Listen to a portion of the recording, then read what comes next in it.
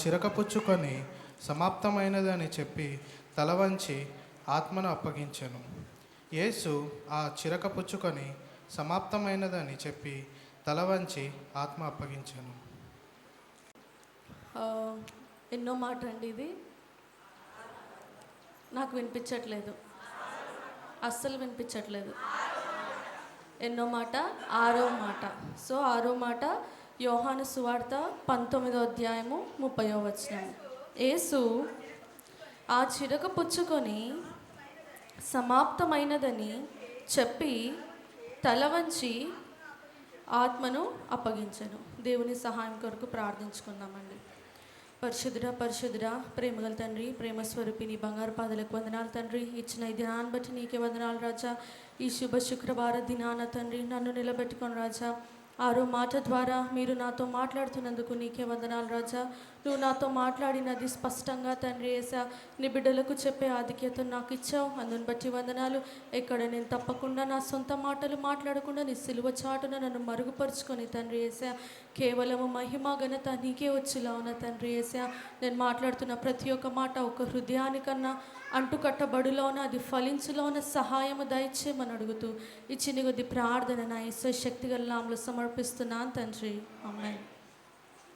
So ఈరోజు ఏం day అండి? గుడ్ ఫ్రైడే అని ఎందుకంటాం మనము?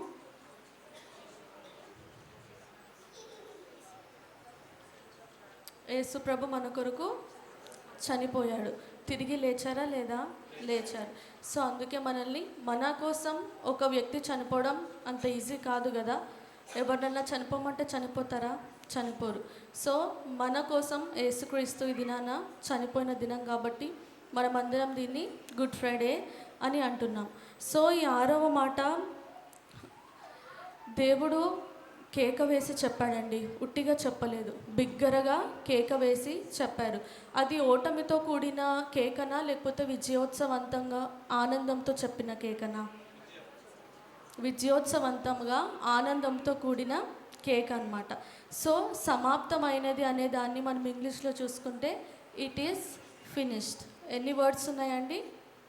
3. It is finished.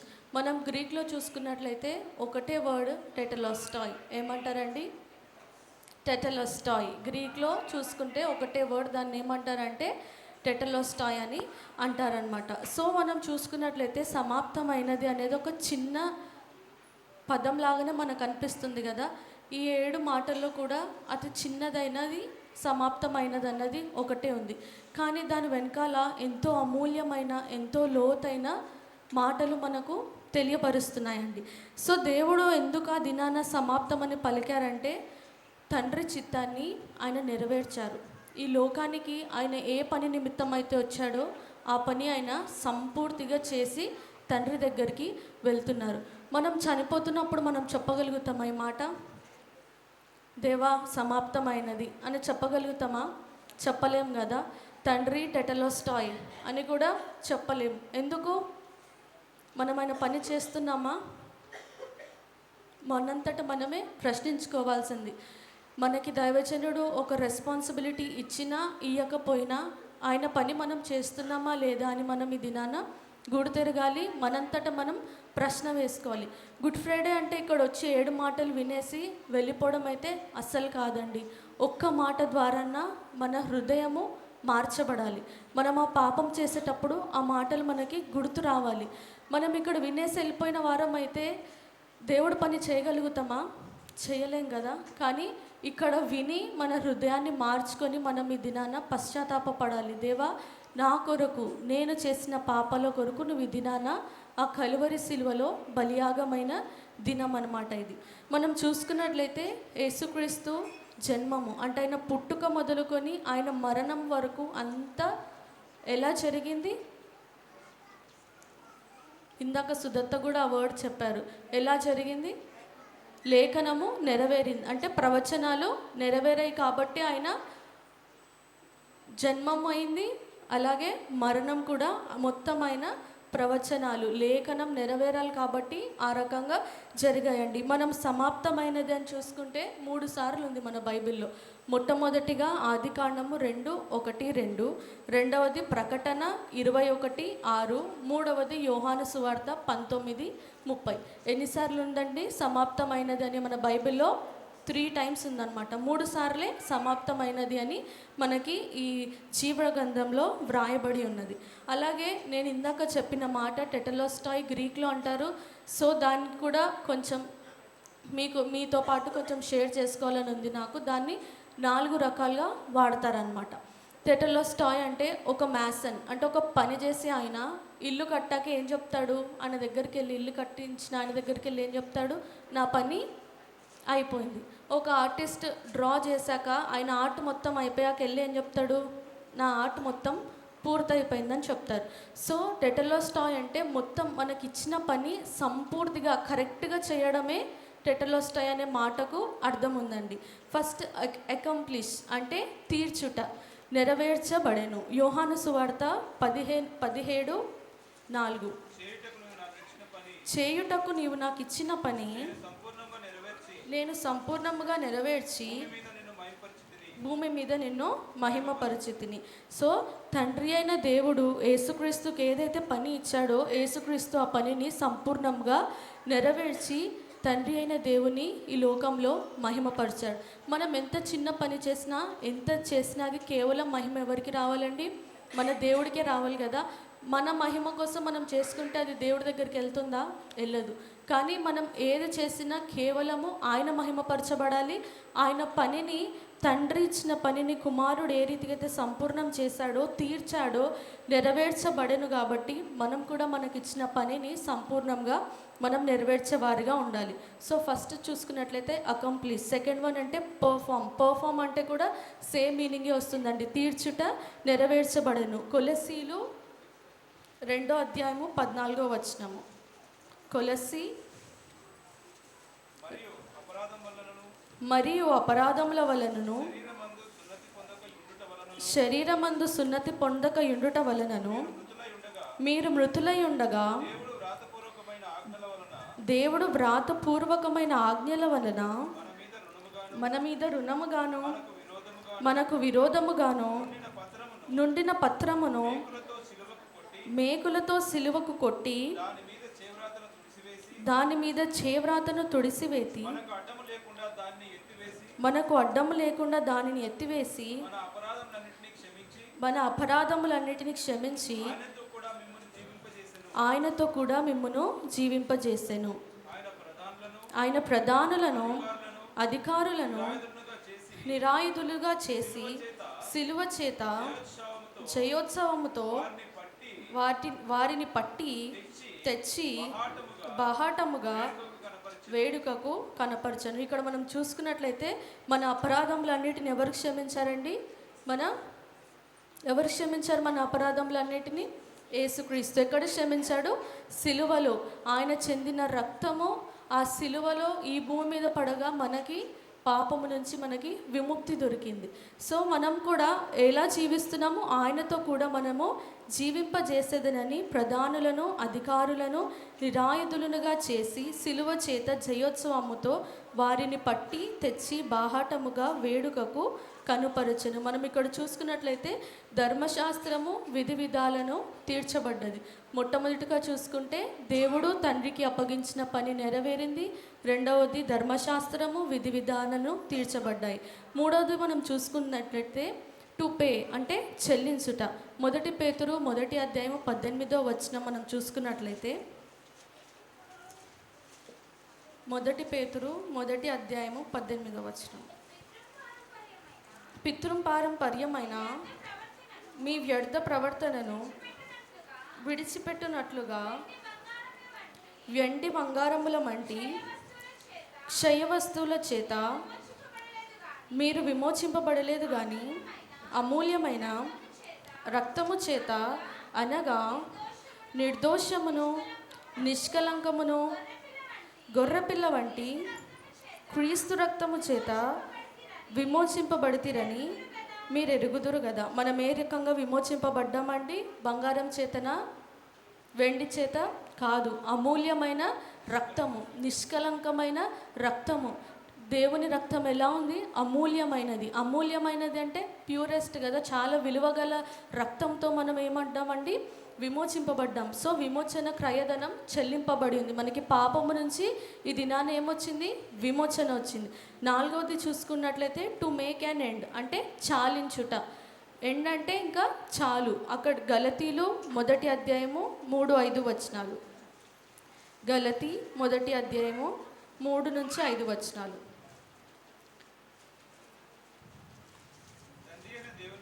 తండ్రి అయిన దేవుని నుండి మన ప్రభు అయిన యేసుక్రీస్తు నుండి మీకు కృపయు సమాధానమును కలుగునుగాక. మన తండ్రి అయిన దేవుని చిత్త ప్రకారము క్రీస్తు మనలను ప్రస్తుతపు దుష్టకాలములో నుండి విమోచింపవలెనని మన పాపముల నిమిత్తము తన్ను తానే అప్పగించుకొనెను. ఎవరి పాపముల నిమిత్తం అండి? మన పాపములు అంటే నీ పాపములు, నా పాపముల నిమిత్తము ఆయన తనను తానే అప్పగించుకున్నాడంట. ఇక్కడ మనం చూసుకున్నట్లయితే లోక పాపము చాలింపబడినది. మనము ముందు చూసుకున్నట్లయితే, ఇంకా ముందుకు వెళ్ళినట్లయితే ఆయన పని ఏంటి, అసలు ఈ లోకానికి ఆయన ఏ పని నిమిత్తం తండ్రిని పంపించారో ఒక 5 చూసుకొని మనం ముందుకు వెళ్దామండి. ఇందాక చూసుకున్న వచనమే యోహాను సువార్త 17వ అధ్యాయము 4వ వచనము. చేయుటకు నీవు నాకు ఇచ్చిన పనిని నేను సంపూర్ణముగా నెరవేర్చి నిన్ను మహిమపరిచితిని. ఎక్కడ మహిమపరిచాడండి? భూమి మీద. మనం ఎక్కడున్నాం ఇప్పుడు? భూమి మీద ఉన్నామా? భూమి మీద ఉండి దేవుని మహిమపరుస్తున్నామా? మనము ఎంతమంది మహిమపరుస్తున్నారో మీ అంతటి మీరే ప్రశ్నించుకోండి. దినాన మనం ఇప్పటి వరకు బ్రతికి ఉన్నామంటే ఏదో మన గొప్ప కాదు, కానీ అది కేవలం ఆయన కృప. ఆయన కృప లేనిదే మనము ఒక్క క్షణము, ఒక్క నిమిషము కూడా ఈ భూమి మీద ఉండలేమండి. సో మనం ఈ దినం వరకు సజీవ లెక్కలో ఉండి ఆయనని ఈ రకంగా ఉన్నామంటే మనం ఆయనని మహింపరిచే వారి లెక్కలోనే మనం ఉండాలండి. అలాగే మనం చూసుకున్నట్లయితే ఆదాము అవ్వను పరిశుద్ధులుగా దేవుడు సృష్టించారు. కానీ వాళ్ళకి ఏమైంది? పాపం అనేది వారికి ఒక థాట్ వచ్చింది కాబట్టి, వారు పాపం చేశారు కాబట్టి వారు పరిశుద్ధంగా ఉండలేకపోయారు. పరిశుద్ధత అక్కడ నశించింది. తిరిగి వాళ్ళు బర్చబడాలి అని యేసుక్రీస్తును తండ్రి అయిన దేవుడు ఈ లోకానికి పంపించారండి. లూకా సువార్త 19వ అధ్యాయము 10వ వచనము. లూకా సువార్త 19:10. నశించిన దానిని వెదకి రక్షించుటకు మనుష్య కుమారుడు వచ్చెనని అతనితో చెప్పెను. ఇక్కడ ఎవరున్నారండి? అతడు అంటే అతనితో చెప్పెను అంటే ముందు ఏదో ఉండుంటుంది. ఎవరితో చెప్తున్నారు? ఎవరు ఆన్సర్ ఇస్తే?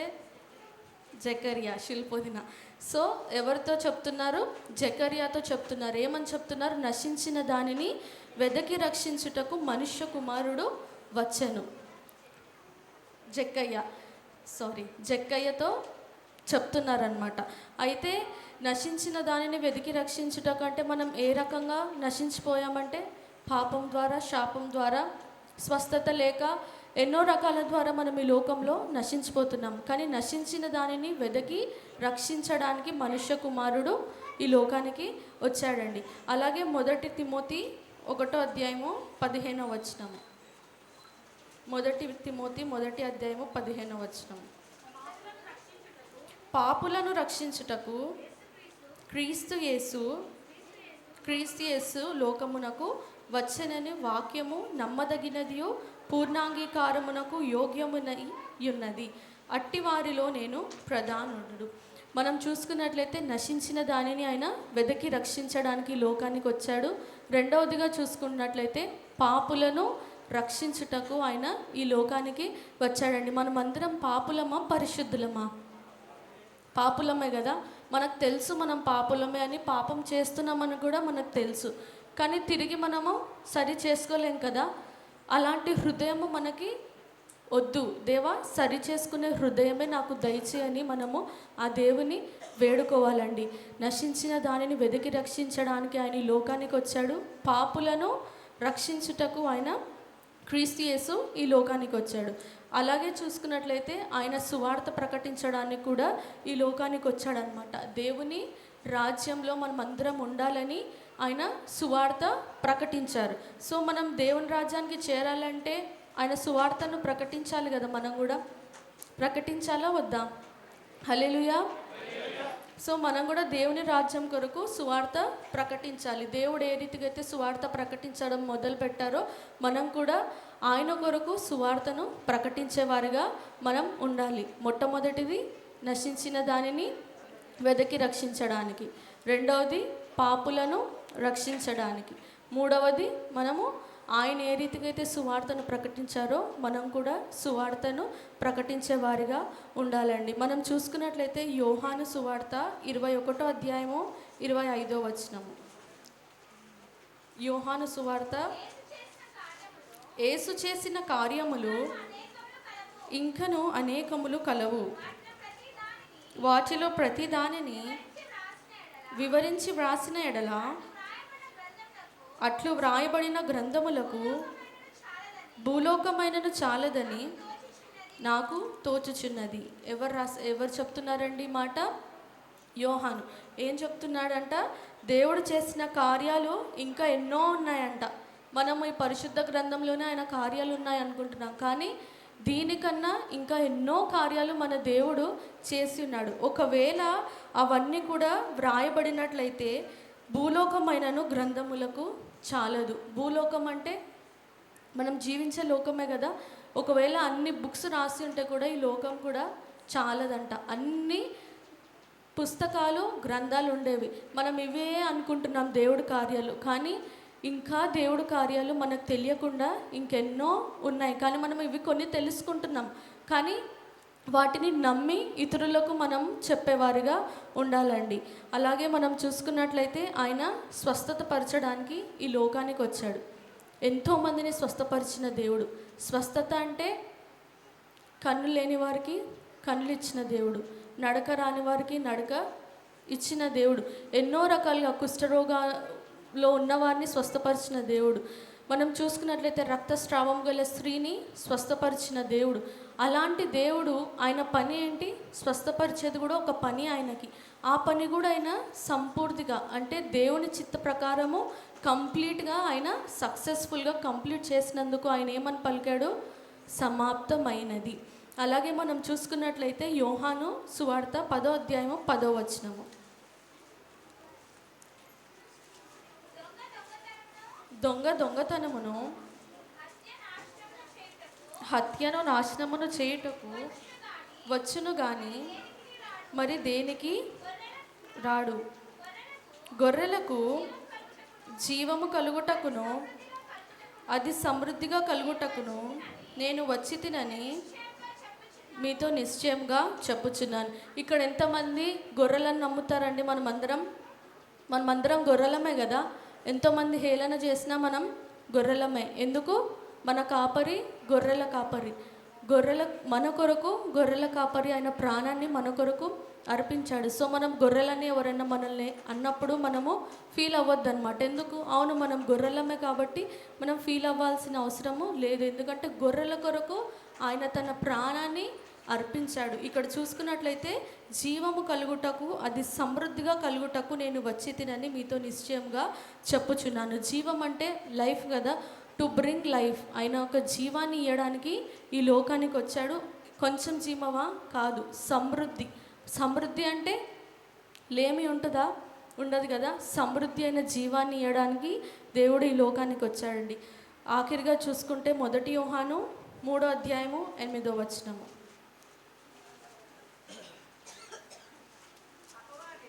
అపవాది మొదట నుండి పాపము చేయుచున్నాడు గనుక పాపము చేయవాడు అపవాది సంబంధి. అపవాది యొక్క క్రియలను లయపరచుటకే దేవుని కుమారుడు ప్రత్యక్షమాయను. ఇక్కడ మనం చూసుకున్నట్లయితే అపవాది క్రియలను ఆయన లయపరచడానికి ఈ లోకానికి ఆయన వచ్చాడండి. అపవాది క్రియలను తీసివేయాలని మొత్తానికి. అపవాది అని చూసుకుంటే ఇక్కడ ఎన్నో మనకు ఉన్నాయి. సాతాను అంటాము, అపవాది అంటాము.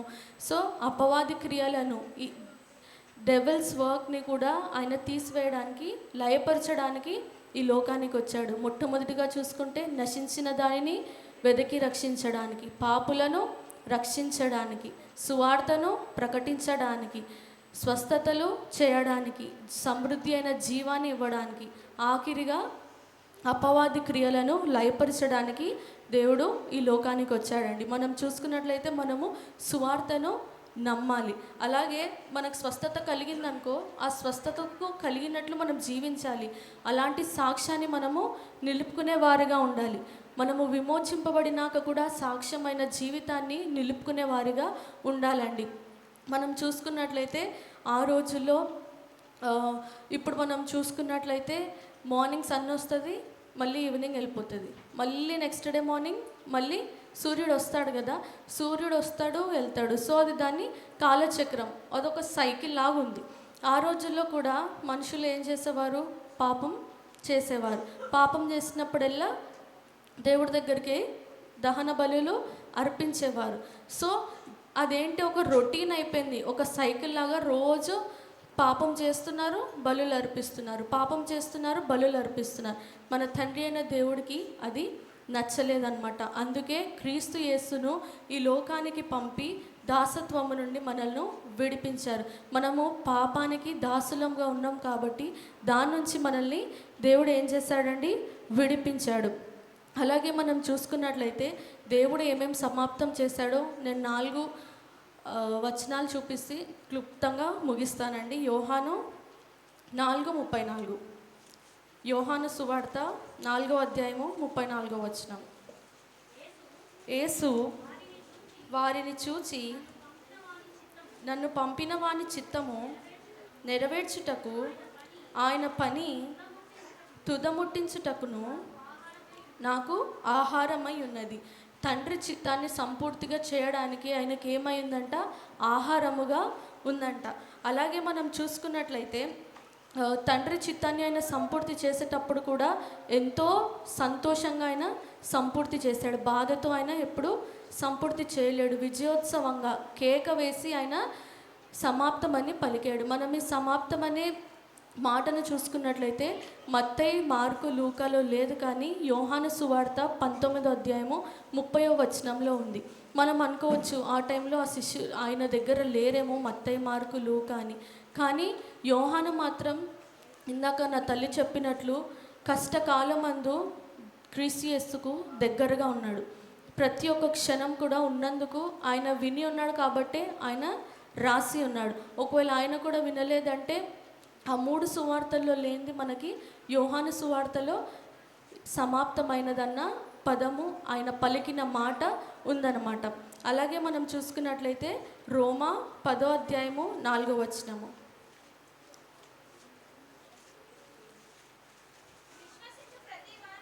విశ్వసించు ప్రతి వానికి నీతి కలుగుటకై క్రీస్తు ధర్మశాస్త్రమునకు సమాప్తి అయి ఉన్నాడు. దేనికి సమాప్తి అయి ఉన్నాడండి? క్రీస్తు ధర్మశాస్త్రానికి సమాప్తం చేశాడు. ఎందుకంటే మనం ఇప్పుడు కృపయే మనల్ని రక్షిస్తుంది కానీ ధర్మశాస్త్రము కాదండి. ఎందుకంటే దేవుడు ధర్మశాస్త్రాన్ని సమాప్తం చేశాడు కాబట్టి మనల్ని కృపచేతనే ఆయన మనల్ని రక్షిస్తున్నాడు. నువ్వెన్ని పాపాలు చేసినా, ఏది చేసినా దేవుడు దేంతో రక్షిస్తున్నాడు? కృపచేత. ఆయన గ్రేస్ ద్వారానే మనము ఈ దినాన సజీవ లెక్కలో ఉన్నాం. అలాగే ఎఫెసీలు 1వ అధ్యాయము 7వ వచనము. ఎఫెసీ 1వ అధ్యాయం. దేవుని కృప మహదైశ్వర్యమును బట్టి ఆ ప్రియుని యందు ఆయన రక్తము వలన మనకు విమోచనము, అనగా మన అపరాధములకు క్షమాపణ మనకు కలిగి ఉన్నది. మనకి విమోచన కార్యాన్ని ఆయన సమాప్తము చేసి ఉన్నారు. మన పాపాల నుంచి మనకి ఆయన విమోచన ఇచ్చే దేవుడుగా ఉన్నాడు. ఇక్కడ చూసుకున్నట్లయితే ఆయన ఎలా ఉన్నాడంట? దేవుని కృప మహదైశ్వర్యమును బట్టి ఆ ప్రియుని యందు ఆయన రక్తము వలన మనకు విమోచనము, అనగా మన అపరాధములకు క్షమాపణ మనకు కలిగి ఉన్నది. మనం ఏదైనా తప్పు చేస్తే మనల్ని మనుషులు క్షమించే స్థితిలో ఉండరు కదా. మనము క్షమించు అని అన్నా కూడా మన మనసులో వారి మీద కొంచెమైనా మనకి ఉంటుంది. కానీ దేవుడు మన పాపాలని ఆయన విమోచన క్రయధనముగా మన పాపాలను ఆయన ఏం చేశాడండి? క్షమించాడు. మన పాప దోషాలను సంపూర్తి చేశాడు. తండ్రి చిత్తాన్ని కూడా ఆయన సంపూర్తి చేశాడు. ధర్మశాస్త్రాన్ని కూడా ఈ దినాన ఆయన సంపూర్తి చేశాడు. మనము ఈ దినాన ప్రశ్నించుకోవాల్సిన వారమై ఉన్నాం. మనము ఆయన ఇచ్చిన పని, ఆయన ఇచ్చిన తలాంతులను ఏ రీతిగా వాడుకునే లెక్కలో మనం ఉన్నామో ఈ దినాన మనంతటా మనమే ప్రశ్నించుకొని, నేను ఏదైనా తప్పు చెప్పి ఉంటే దయచేసి నన్ను క్షమించమని మీ అందరిని వేడుకుంటూ ఈ చిన్ని కొద్ది వాక్యాన్ని దేవుడు దీవించునుగాక. ఆమేన్.